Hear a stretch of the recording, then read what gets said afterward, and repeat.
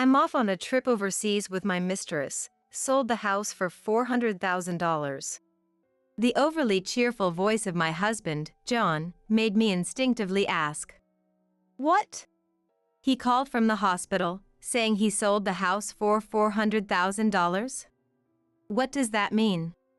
That house was precious to me, inherited from my dad. And to openly declare he has a mistress, this is madness. What are you talking about? What about Whitney if you sold the house? As soon as I mentioned our daughter's name, John scoffed. That brat. I've always found her annoying. Acting all high and mighty. Of course, I'm leaving her behind. Such words about his own daughter. I was furious and shocked to hear he sold our house and plans to flee with his mistress. I must somehow stop John. Even if he says he sold the house, it can't be transferred that quickly. I have to do something. My name is Vivian. A 39-year-old housewife. I wish I could say I live happily with my husband John, a year older than me, and our 9-year-old daughter, Whitney. But our relationship with John is far from harmonious. Since our marriage, John's personality has gradually twisted, and I've been suspecting his infidelity for a year now. Without proof, I've been unable to act, and John doesn't seem to hide his cheating.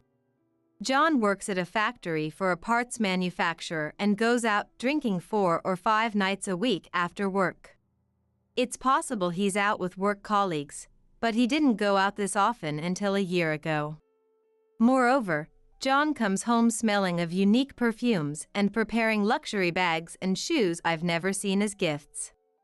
Of course, he never gives them to me, often leaving the house with them. I'm too scared to confront him about his infidelity, cowardly waiting for concrete evidence. He's a different person from the John I met. We met 10 years ago, dated for a year, and then got married. I was drawn to his kindness and gentlemanly manner, and before I knew it, I was in love. We got engaged on our first anniversary and married, with Whitney born soon after. It seemed like a happy marriage from the outside. But why has it come to this? It all started when Whitney turned 1. As Whitney turned 1 and became more active than ever, rummaging around the house, parenting became increasingly challenging.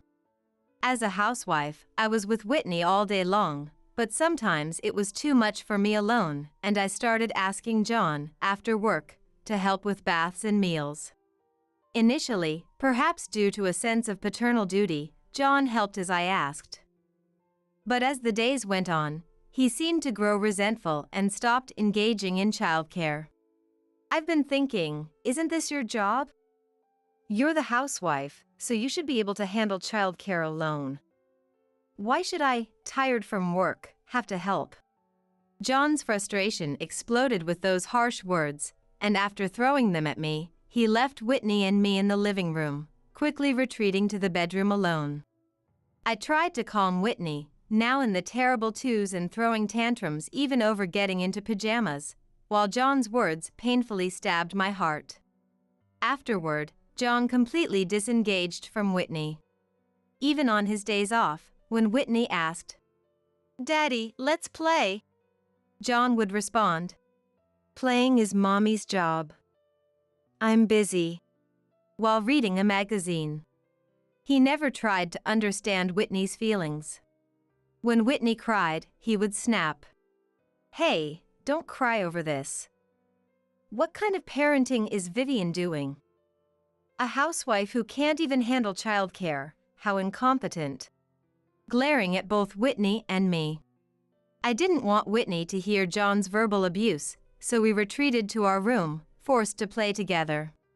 There were times I wanted to enjoy my hobbies, like reading or watching movies. But living constantly with Whitney left me with virtually no personal time. Yet John enjoyed his hobbies while I endured his verbal abuse. It was so unfair. However, our household depended on John's income, so I couldn't complain. Without John, I couldn't provide for Whitney alone. I was angry at my own helplessness. So, John lived carelessly, indifferent to parenting. 8 years have passed since then, and Whitney is now 9. John's verbal abuse continues unabated, and the kind John I knew before our marriage is nowhere to be seen. I lived with John solely to support Whitney, avoiding provoking him as much as possible. "Mom, you're so good at drawing, you should do it as a job." One day, while drawing together, Whitney suddenly said that. "Do art as a job?" "Yeah. Your drawings are so kind and wonderful." Whitney smiled brightly, looking at the animal illustrations I had drawn. I've always loved drawing and even once aspired to be among the artists. Although I realized halfway that it was impossible and gave up, I still drew illustrations as a hobby. "I always show your drawings to my friends and brag about them. They all say they're amazing. I'm envious of Mom being able to draw like that." Despite having a twisted dad like John, Whitney grew up honest and straightforward. She's cheerful, the complete opposite of my introverted self. She seems to have many friends at school and is favored by her teacher. I felt so proud when Whitney complimented my painting. Knowing Whitney was watching me gave me confidence. "Thank you. I'm so happy." When I said that, Whitney's smile bloomed like a flower. If Whitney can smile, I feel like I can keep going in this life. I quietly thought to myself. That night, John came home drunk as usual, stumbling into the living room as soon as he arrived. He was completely intoxicated. His drinking had been getting worse lately, to the point of concern. Sighing, I peeled off his jacket and checked his pockets. "What's this?" Usually, there's nothing but keys in his pockets, but this time, a piece of paper caught my eye. It was a receipt with what seemed to be a hotel's name on it. This is definitely proof of cheating. I had suspected his infidelity, but now I had physical evidence.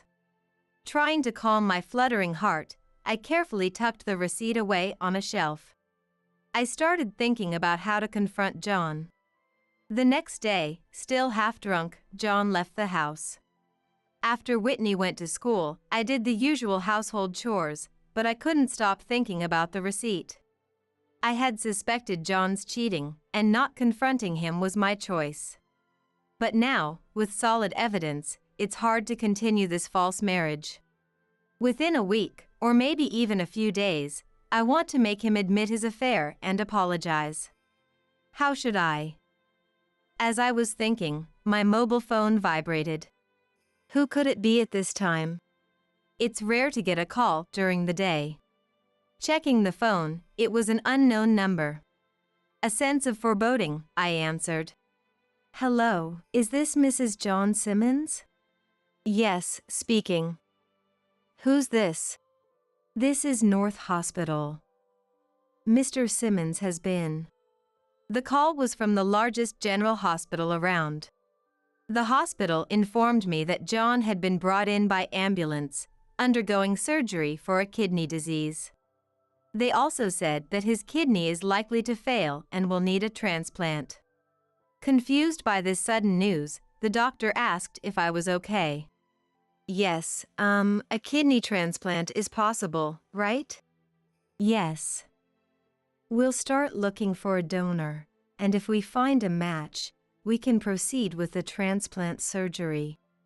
Although my mind was in chaos hearing that John needed a kidney transplant, the doctor continued to explain about the surgery.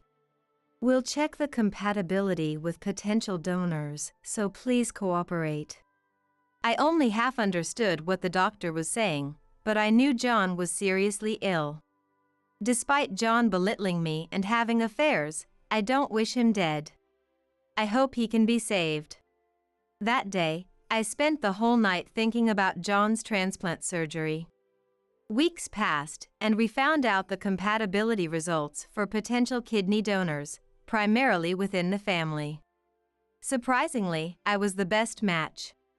John's parents are alive but in poor health, unable to undergo such a surgery. Being an only child and the healthiest, I, with the same blood type as John, was the best choice. It would be a lie to say I had no doubts. But John's life is irreplaceable. With that thought, I decided to be the donor for John's kidney transplant. When I explained John's condition and our transplant surgery to Whitney, "Got it. Take care," she cheerfully said. During my hospitalization, Whitney would stay with John's parents. They're in poor health but capable enough to care for themselves at home. Whitney, close with her grandparents, was happy to go to Grandpa and Grandma's house. This should be fine for a while. It was a relief that Whitney is such a well-behaved child. With that assurance, I went through with the transplant surgery. A week later, after signing the consent form and undergoing health checks, I underwent the kidney transplant for John. The surgery was quicker than I expected, and I stayed in the hospital for about a week, John for 10 days. Fortunately, there were no complications, and our recovery was smooth. The day before my discharge, my mobile phone rang again. Wondering who it could be this time, I answered. "It's me," a familiar voice said suddenly, startling me. It was John. Thinking he might be thanking me for being a donor, I asked, "It's been a while. How are you feeling after the surgery?" I expected him to say something like, "I'm better thanks to you, Vivian." "Thank you." But his reply was unexpected. "About our house." John paused, then continued. Suddenly, he brought up the topic of the house, and I was thrown into disarray. "I sold it for $400,000 and am going on a trip abroad with my mistress, Alexandra." His voice was inappropriately cheerful, and I instinctively asked, "What?" He called from the hospital to say, "I sold the house for $400,000? What does that mean?" That house was precious to me, inherited from my dad. And to openly declare he has a mistress, this is madness. "What are you talking about? What about Whitney if you sold the house?" As soon as I mentioned our daughter's name, John scoffed. "That brat. I've always found her annoying. Acting all high and mighty. Of course, I'm leaving her behind." What a way to talk about his own daughter. I was furious and shocked to hear he sold our house and plans to flee with his mistress, Alexandra. I must somehow stop John. Even if he says he sold the house, it can't be transferred that quickly. I have to do something. After John said, "I sold the house. Going on an overseas trip with Alexandra," the phone call abruptly ended. Confused, I tried to make sense of what had happened. But no matter how much I thought about it, I just couldn't believe he sold the house suddenly, especially while I was in the hospital. Shocked, my condition worsened and my hospital stay was extended by a few days. In my despair, I lay in bed alone, helplessly pondering the future. First, I should call Whitney. Without the house, Whitney and I have nowhere to return. It was infuriating enough that John boldly declared he has a mistress, but my primary concern was Whitney. I called my in-laws' house, and my mother-in-law, Yasmin, answered. She quickly handed the phone to Whitney. "Hello, Whitney? I'm sorry, looks like Mom's hospital stay got extended. Are you okay? Not too lonely? Also, I heard Dad sold the house. We have nowhere to go back to, right?" Worried, I bombarded her with questions. Then Whitney replied cheerfully, "Mom, it's okay. I've taken care of it." Taken care of it? Confused by her words, I was puzzled. Dad said he asked his mistress to sell the house, but actually, Grandpa and Grandma. Whitney detailed the events that had transpired during my hospitalization.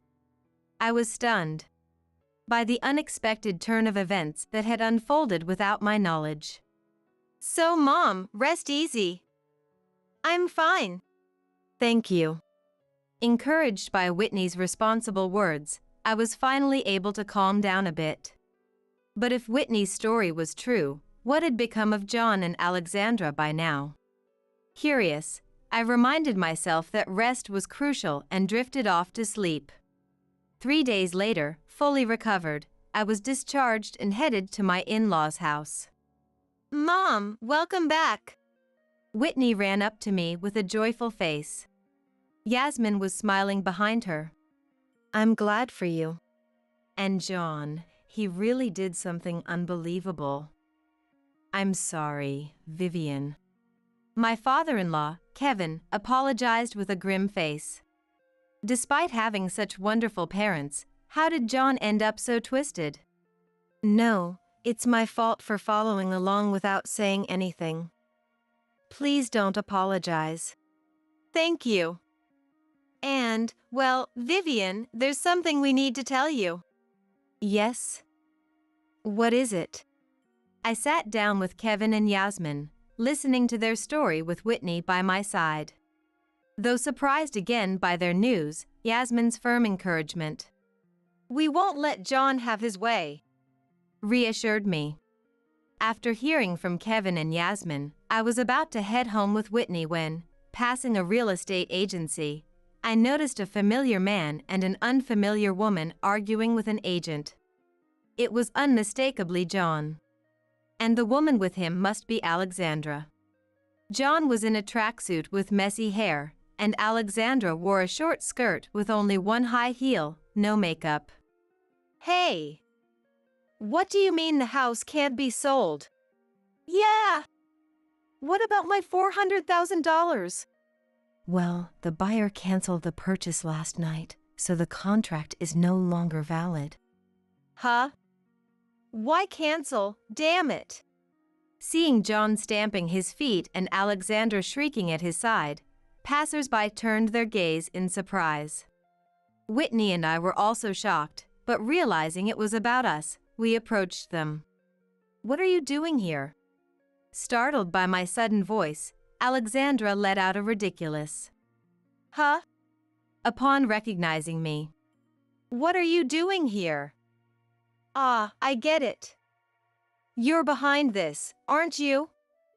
You must have convinced the buyer not to go through with it." "Huh? This is unbelievable. What are you even talking about?" As John and Alexandra hurled insults, I subtly moved Whitney behind me to protect her. Confused, the real estate agent listened as I introduced myself as his wife. The agent responded with a bewildered, Are you kidding me about the cancellation? Because of you, we had to turn back right before boarding the plane, and now we can't buy a new house. I even have debts from the money I spent on her." John pointed at his mistress as he said her. "I see." Finally, I understood John's intentions. John had tried to sell the house, which I had inherited from my late father, to pay off debts incurred from his spending on Alexandra and to buy a new place for them to live. Such selfishness. Ignoring Whitney and me, he even tried to take away my most valuable asset. I was shaking with anger. "Excuse me, but aren't you the one being disrespectful? Coming out of nowhere and talking back to me? As if you could survive without me." Despite the dire situation, John's continued insults were appalling. "First off, did you really think you could sell my precious house without discussing it with me? I'm the owner. Did you forge the documents or something? And you've been bad-mouthing the home buyer, but that buyer was your own parents." "Huh? What do you mean?" Indeed. What Whitney had told me on the phone while I was hospitalized was that Kevin and Yasmin had pretended to buy my house as a plan to teach John a lesson. Having heard everything about John's misdeeds from Whitney, they were furious, saying, "How could he do this to Vivian and our sweet granddaughter?"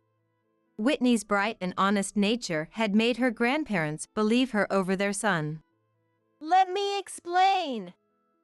Grandpa and Grandma got really mad when they found out about Dad and that woman.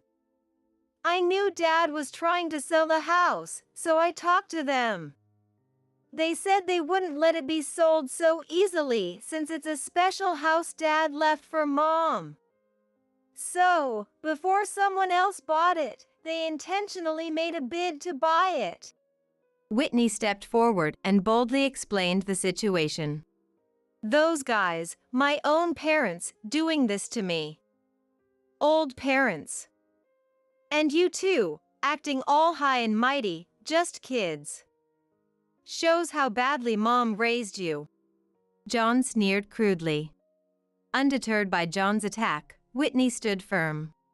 I pulled out a piece of paper from my bag and thrust it in front of John's nose.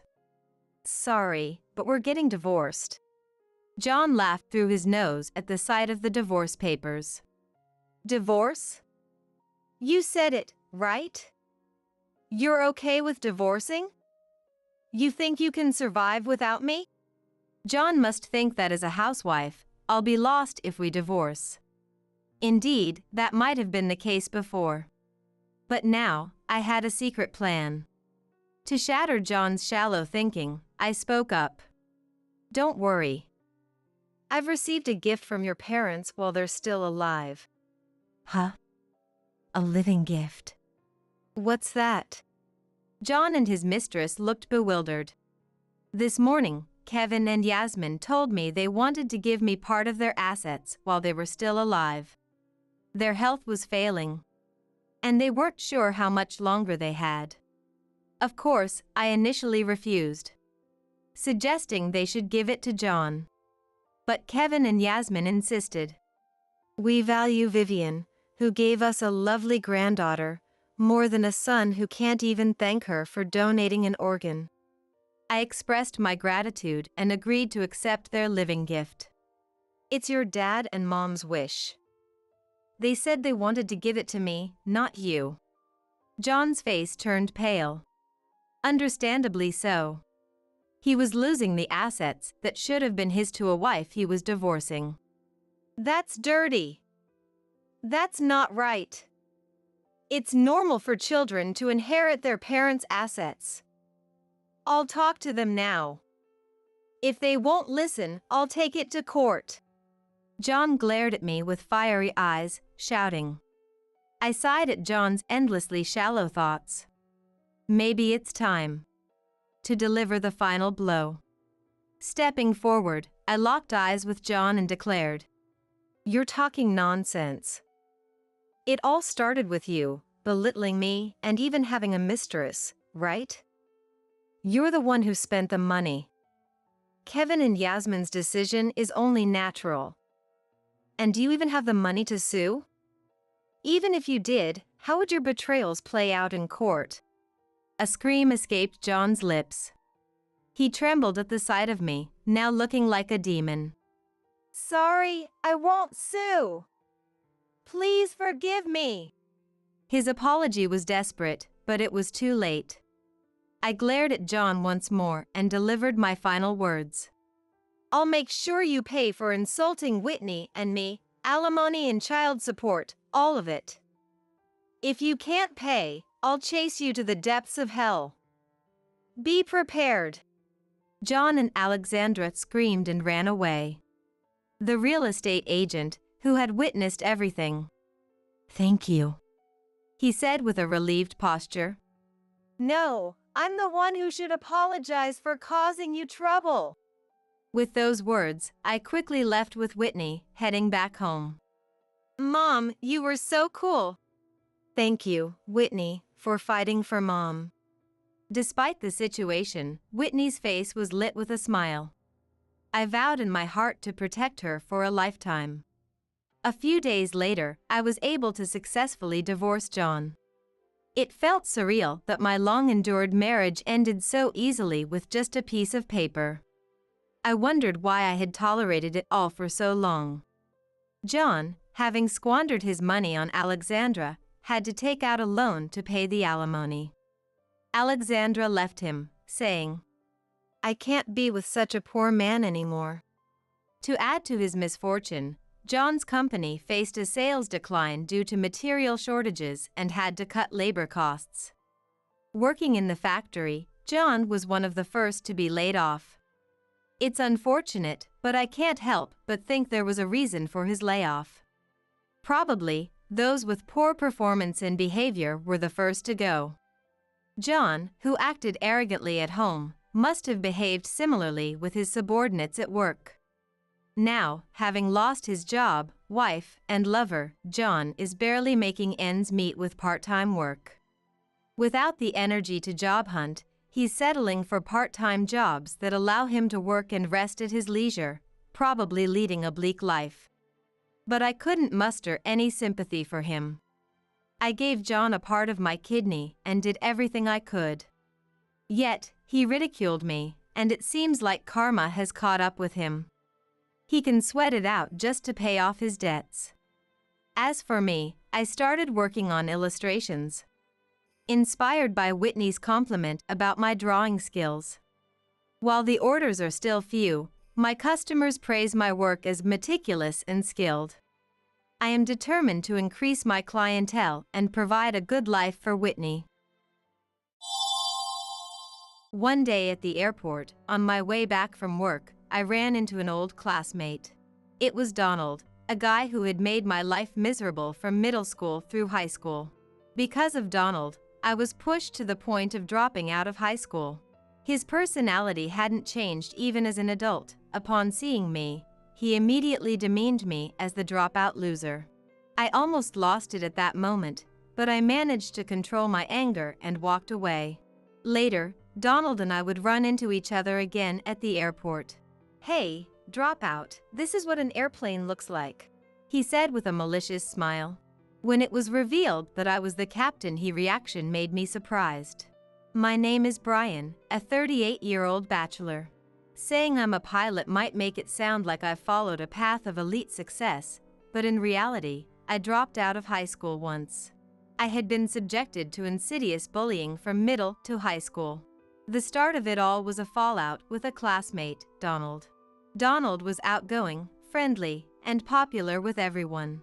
In contrast, my only merit was being serious, and while I did okay in studies, I was bad at socializing.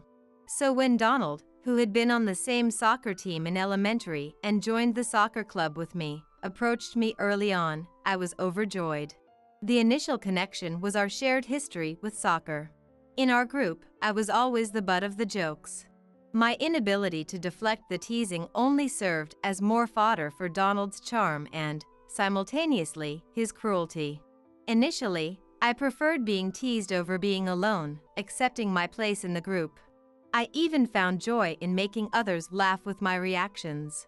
However, the dynamics slowly began to distort.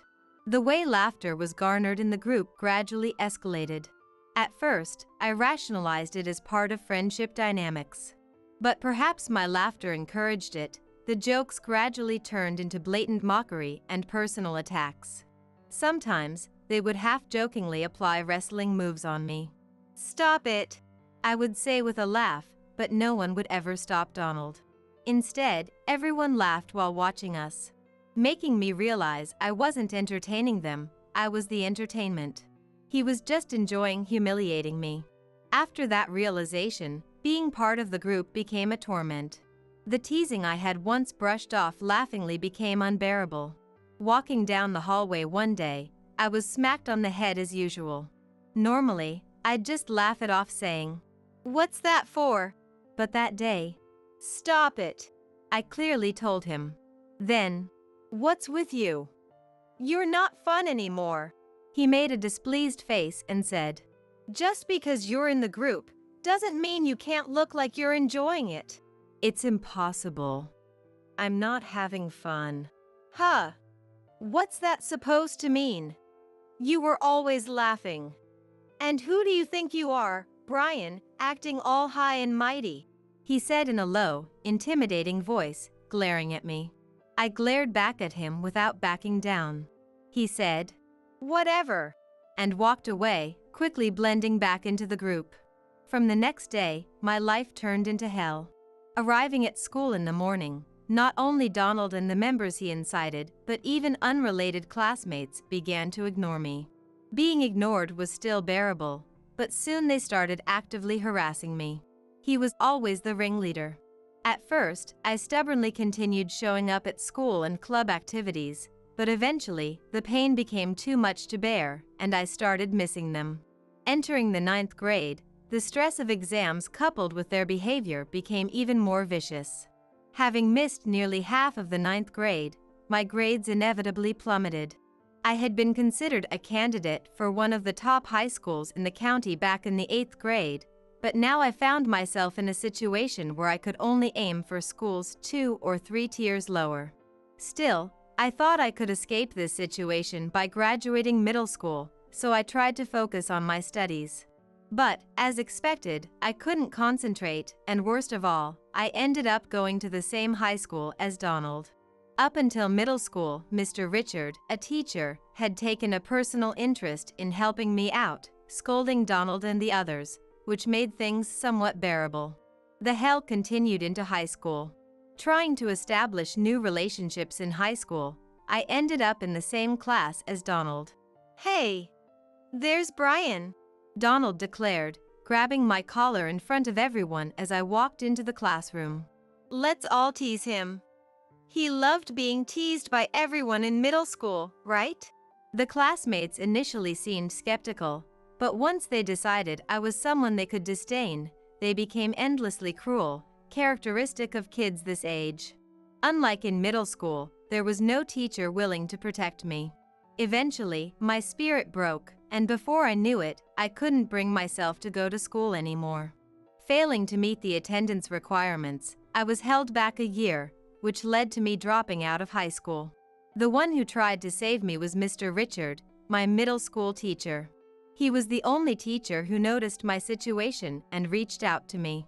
Not only did he scold Donald and the others, but during the exam period, he let me use his room as a refuge to escape from them. After school, I used to head to his room every day to vent my frustrations. During the 9th grade, when my attendance dropped and I fell behind in studies, he tutored me closely. Unfortunately, despite Mr. Richard's efforts, Donald and his crew's behavior never changed, but I believe he did everything he could. He was my only ally and support at school. Just having him there was like what got me through middle school. Mr. Richard, who was always concerned about me, kept in touch through letters even after graduation. But after continuing to face the same treatment in high school and losing the will to attend, I couldn't bring myself to reply to his letters. One day, he came to my house to apologize in person. "I'm really sorry, I couldn't be there for you when you needed it," he said. When Mr. Richard found out I had stopped going to high school, he brought over loads of information about correspondence high schools and night schools. "Why not start over in a new environment?" "It's useless. I'm useless." My self-esteem was damaged to the limit by being ridiculed repeatedly by Donald and the others. Mr. Richard encouraged me, saying, "Brian, you'll be fine. You'll get what you deserve if the environment changes." Driven by his passion, I began studying for the GED program through distance learning. I never really hated studying, and with the active support from my parents and Mr. Richard, my studies progressed unbelievably well. Frustrated with myself for breaking under harassment, I refused to let those guys ruin my life and immersed myself in my studies. At that time, my parents, noticing my hard work but also cautioning against overdoing it, took me on a trip for a break. That was when I first boarded an airplane. What surprised me first was the imposing presence of the aircraft before boarding. I remembered how I used to love looking at vehicles in encyclopedias as a kid, especially aircraft. Then, flying in the sky, I was completely captivated by the world above. The gradually receding view of the city, the thrill of breaking through clouds, and the clear skies beyond. The beauty seen from the airplane's window made me feel freed from everything. It was a refreshing view that seemed to erase all the entanglements and regrets over my past failures. "I want to fly freely in the sky. I want to be a pilot." This vague idea became a solid determination by the time we returned from the trip. It was the first time I had a dream, and I felt my heart leap for the first time in a while. Becoming a pilot is not an easy path. It would be a burden on my parents. But I didn't want to give up on something again. While I was struggling with these thoughts, Mr. Richard visited me again. "Look at you, Brian, you seem a lot happier." He noticed my change immediately. "How's your study going?" "It's going really well lately. I've found a goal." He looked at me encouragingly. I feared being laughed at, or being told it was impossible for me. For a moment, such thoughts crossed my mind, but then I reminded myself that Mr. Richard would never do that. And then, I gathered my courage and spoke up. "I've thought about becoming a pilot." Mr. Richard's eyes widened, tears welling up in them. Seeing his face light up with joy almost made me cry too. "That's great. I'll support you. Finding a goal is a wonderful thing. Go for it," he said with a trembling voice, taking my hand. His words solidified my resolve. After that, I talked to my parents about wanting to become a pilot. My mother, Karen, looked a bit worried, but my father, Thomas, said, "That's great. I thought you've been looking more determined lately, so this was the reason. I'll support you with all I have." Then, "Yes, we will." My mother nodded. Afterward, I studied hard, passed the GED program and the aviation school exams. I worked diligently on my studies and training in aviation school and finally obtained my pilot's license. But I wasn't satisfied just yet. Aiming to be a better pilot, I won a recommendation for graduate school, where I studied cutting-edge aviation. The thesis I wrote there received higher praise than I had expected, paving the way for my doctoral studies. After earning my doctorate, I finally felt a sense of accomplishment. Though I considered staying abroad for work, I decided to return home for my parents waiting in my hometown. Back home, I got a job as a pilot with an airline company. One day, while walking to the airport exit in my casual clothes, a man in dirty overalls called out to me. I recognized his face immediately, and was struck speechless. It was Donald, unforgettable, who had made my middle and high school years hell. "Look who it is, long time no see. The dropout loser who quit high school. What are you doing here? Guess you're a janitor or something. Got anything to say, dropout Brian?" I was traumatized, forgetting where I was as my mind went blank. His tone, attitude, and expression. It brought back memories of those hellish school days. Amused by my frozen state, Donald mentioned he was working here as a mechanic. He seemed to think I was a janitor or something, his attitude clearly dismissive. There seemed to be no remorse for nearly crushing a person. "You have no idea the pain you caused me." I almost lost my composure but managed to hold back my anger and simply said, "Well then, good luck," and quickly left the scene.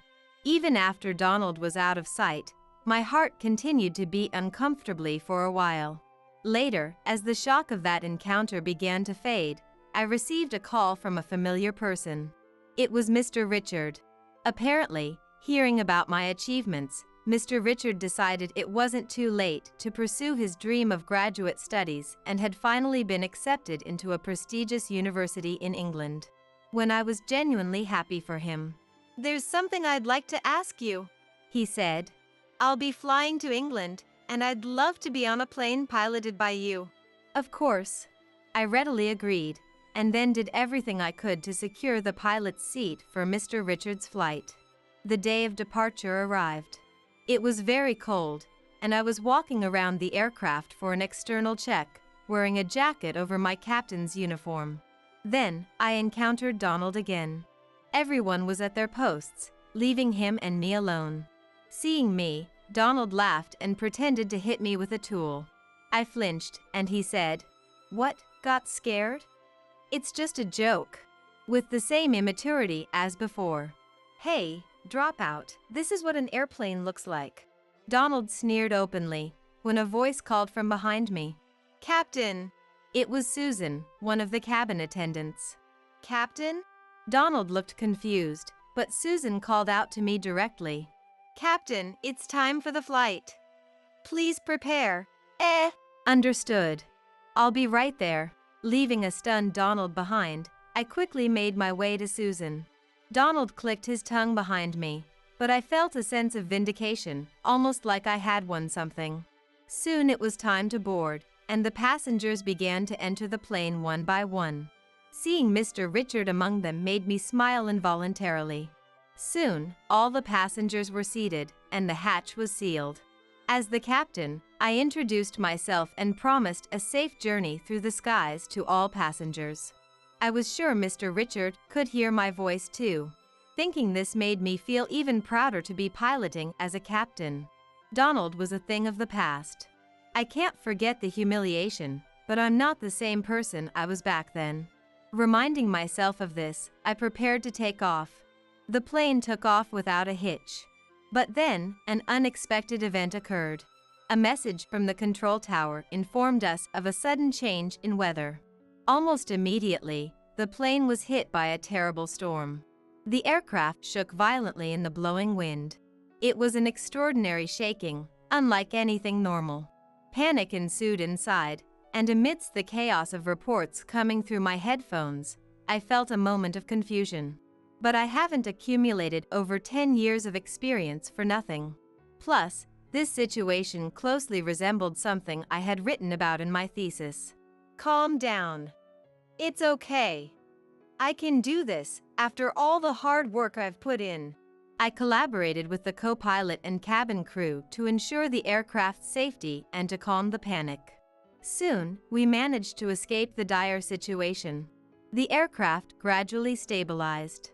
When we safely landed and saw the airport, I felt a wave of relief, but the job wasn't done yet. As the captain, I apologized for the incident and then wished all passengers and crew success in their future endeavors before finishing my duties. Of course, the image of one particular mentor crossed my mind. Later, the details of the malfunction that had troubled the aircraft were revealed. It turned out that a certain part was damaged.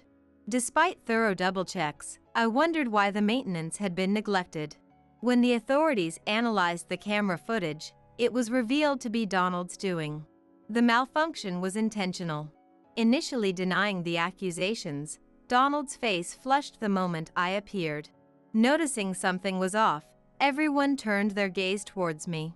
I summarized my relationship with Donald. "It's all in the past. How long will you hold on to it? That's why you're foolish." My impromptu remark seemed to make Donald realize he had dug his own grave. He tried to deny it hastily, but it was too late. The gaze of everyone present turned towards Donald. I'm not the timid person I used to be. Looking Donald in the eye, I made it clear. The one who's been holding on to the past is you. You intended this as harassment against me, but do you realize how many lives you endangered with your actions? Do you understand the magnitude of what you've done? Prompted by my words, those present began to voice their criticism towards him. Donald, looking pale and shrinking away, eventually broke down and apologized, but that couldn't erase the crime he committed. He admitted his guilt, faced disciplinary action, and was criminally charged, leading to his dismissal. His actions, both past and present, certainly cannot be forgiven. However, I couldn't help but feel pity for Donald, who had driven himself to this point by fixating on and trying to sabotage another person. A few days later, Susan and I went out for a meal together. Susan had invited me, asking, "Would you like to go out for a meal together on our next day off?" Being an excellent cabin attendant, Susan always looked dignified and beautiful, but in her casual clothes, she seemed even more so. I had secretly been attracted to her for a long time, but I had nearly given up on the idea, thinking that someone 8 years my junior could never be interested in me. However, our relationship rapidly grew closer following that incident. Could it be the suspension bridge effect? No, maybe it's slightly different. As I was eating, pondering over such thoughts. "Brian, you were really cool the other day," Susan said. I was at a loss for words, and Susan smiled softly. "What do you mean?" When there was trouble, you gave calm instructions, right? Thanks to you, I was able to act calmly too. It was wonderful. It was an embarrassing compliment, but I feel responsible for involving so many people in my problem with Donald. That humble side of you is also wonderful. Are you teasing me? Not at all. Susan covered her mouth with her hand and smiled gently. Her surprising statements didn't end there. I'm the type to make a move on someone I'm interested in, she said. I was stunned. I could feel my face turning red. Then, Susan and I started dating. We both travel a lot for work, in the sky or abroad, but she always wanted to go overseas even in her private time. I also love flying, so traveling together is a great joy. France, Canada, Vietnam, Hawaii. We've made many memories in various places with her. Each time, I felt the wounds in my heart healing. I'm planning to propose to her soon. I intend to invite Mr. Richard to our wedding. It must be the strange connection that he helped forge. That's what I felt.